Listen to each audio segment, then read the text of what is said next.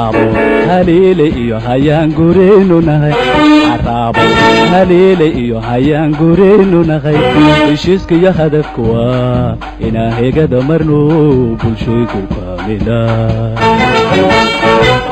عرابو هليلي إيو هيان قرينو نغي عرابو هليلي إيو هيان قرينو نغي إشيسك يا هدفكوا إنا هيقا دمرنو بلشوي كل فاميلا عرابو هليلي إيو هيان قرينو نغي عرابو هليلي إيو هيان قرينو نغي إشيسك يا هدفكوا إنا هيقا دمرنو بلشوي كل فاميلا بون mise deegaankii iskaa wax u qabso bandhigiyo arooskana kombaan ka dhiganay oo bishaaradeenay idinkuna bilkhayr dhaha degmada boon waxay ka tirsan tahay gobolkaasi Salal waxayna ku dhawaad 20 kiiloomitir dhinaca galbeed ka xigta degmada Qurjeed ee gobolka Awdal degmadaasi asal ahaan waxa lagu xasuustaa magac horumarineed ee deegaan Soomaaliyeed halka uu ka soo unkamay iyadoo ay caan ku tahay iskaa wax u qabso waana deegaan buuraley ah isla mar ahaantaasina uu ka muuqdo isbedel horumarineed waxaana magaalada Boon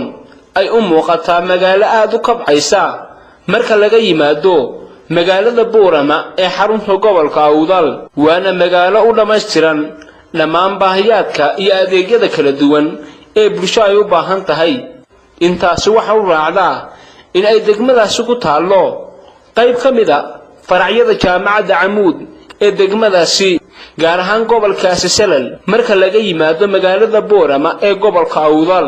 waxaana taas u muuqataa in faraca jaamacadda Amuud ee degmadaasi Boon ay tahay tan labaad ee ay ku leedahay guud ahaanba gobolada galbeedka Soomaaliland gaar ahaan gobolada Awdal iyo Salal ilaa ay laga gaarayo degmadaasi Lowyacado waxa kale oo degmadaasi aad loogu yaqaanaa ama ay caan ku tahay hilibka saloyga oo aad ay u yaqaanaan ama ay cuneen dadka dega gobolada galbeedka Soomaaliland maadaama deegaankaasi uu yahay magaalo marineed ama xudun ganacsi oo isugu kala gooshaan gawaarida tagaysa dalalka Itoobiya iyo Djibouti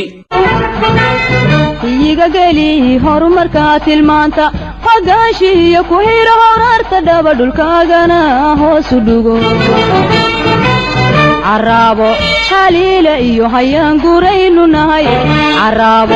هليلي إيو هيان قرينو نهاي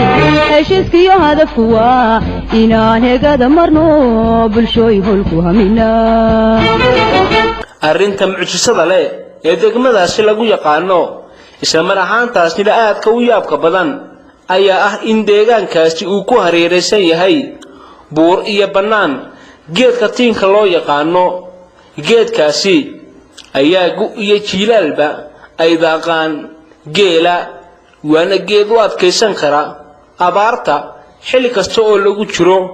waxaana sidoo kale muhiim ah in geedkaasi laga samayn karo shaambooyo iyo agab kala duwan haddii maalgelin loo helo si kastaba ha ahaatee dadka caanka ah ee ka soo jeeda degmadaasi Boon ayaa ah kuwa ka dhex muuqda bulshada gobolka Awdal kuna dhaxle sumcad iyo magac tusaale waxay noogu fulan ganacsade Idris Xaaji Maxamed Sacad oo kamid ah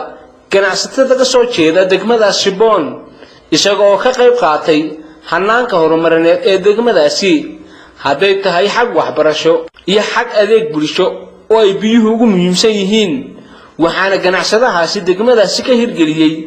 goobo waxbarasho oo ay ka manaafacaysteen dadka degan degmadaasi Boon xagga ciyaaraha kubadda cagta marka la eego guud ahaanba xulka kubadda cagta ee gobolkaasi Salal ayaa waxa intooda ugu badan laga soo dhaxushaa degmada Boon waxaana taasi ku tusaysaa bisaylka dhalinyarada degmadaasi ee xag waxbarasho iyo xag kubadeed inuu yahay mid aad u sareeya haddaba mid kamid ah odayada deegaankaasi degan oo aan wax ka weydiinay degmada boon iyo arrimaheeda ayaa si kooban waxa uu nooga warbixiyay caamku ahayd iska wax u qabsada birkadaha iyo waxyaalaha la mid ah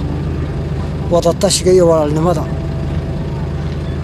deegaanka oo si fiican isna ay iska gaashin jirto wixii ku dhibaato yimaada saasa walaalnimo iyo wanaag ahayd kaba soo qaado aftooxo kale biyuhu buurta dabadeeda yihiin has cawsa lagu soo kisho maxaa la rago dumar wada qabsi sidoo kale boon waxa lagu yaqaan solayga hilibka waa aad iyo aad bay caam ugu tahay sida qujiyada kale waxa lagu yaqaanayna kidaarka wax la oran jiray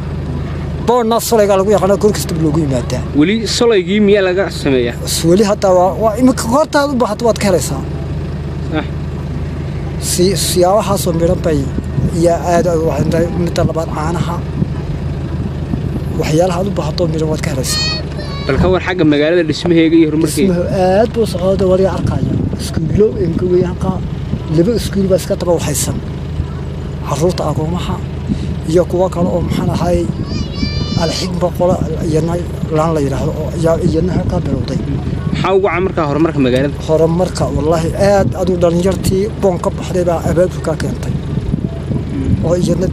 ko maanta ay baraartay dadkina baraarujis iyana ay tir صح marka bal magacaaga oo dadkana u sheegaya magacayga waxa la yiraahdaa sayid xasan cawl صح xagga bal dhaqashada xoolaha boon maxay dhaqataa waxay dhaqataa ari keel loo dameero adu tadunyadu afartii adduunyada in shanta maalmood mid un baa lacag ay afartii kalaba way jiraan hasa ahaatee wax xusid mudan in maamulka degmadaasi uu magacaabo wasiirka wasaaradda arrimaha gudaha Soomaaliland iyadoo aanay degmadaasi boon ahayn degmo laga soo doorto xildhibaano deegaankaasi ka soo jeeda waana hawl u taala xukuumadda Soomaaliland in ay dardar geliso si deegaankaasi u yeesho maamul iskood uga madax bannaan gobolkaasi Salal maadaama boon iyo Saylac oo ah xarunta gobolkaasi Salal ay isku jiraan masaafo aad u fog baahida maamul loo qabaayna waa mid ay bulshada degmadaasi boon ay aad ugu heelan yihiin si horumar buuxa loo gaadho isku soo wada duubo qurbajoogka ka soo jeeda degmadaasi ayaa looga baahan yahay in ay maal gashadaan degmada boon si horumar ballaaran loo gaadho iyadoo ay muhiimadu tahay in wadooyin la yeesho taasoo wadooyinkuna isku xidhayaan guud ahaanba magaalada Boorama ee xarunta gobolka Awdal iyo degmada boon si horumarka loo xoojiyo warbixintan waxa idin diyaariyay waa anigu Nuux Kadiye tan iyo kulanti dambe isma dhaafne amaana Allah